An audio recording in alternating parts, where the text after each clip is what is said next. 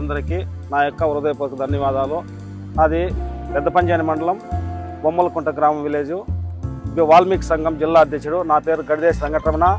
దిన్నిపల్లి గ్రామం హరిశంకర్ గారు. చలివేంద్రం ఇక్కడ ఎండాకాలము అందరూ వచ్చి తాగాలనేసి పెట్టినారు. అతనికి ప్రత్యేకమైన ధన్యవాదాలు. శ్రీనివాసులు కుమారుడు శంకర ఇక్కడ నీళ్లు పెట్టినారు. అందరూ ఎండాకాలంలో చల్లగా ఉండాలని అందరూ మేలు కోరి పెట్టినారు. వచ్చి తాగొచ్చు. పెద్దపంజాని బస్ స్టాప్లో ఈరోజు శంకర్ అనే అబ్బాయి చలివేంద్రం నిర్వహించడం జరిగింది. ఎండాకాలంలో ఎండలు ఎక్కువగా ఉండడం వల్ల దాహం అనేది ఎక్కువగా ఉంటుంది. దానివల్ల ఎవరైనా కానీ వచ్చి ఇక్కడ బస్ స్టాప్ దగ్గర చలివేంద్రం యూజ్ చేసుకోవాలని కోరుతున్నాను. అందరికీ నమస్కారము.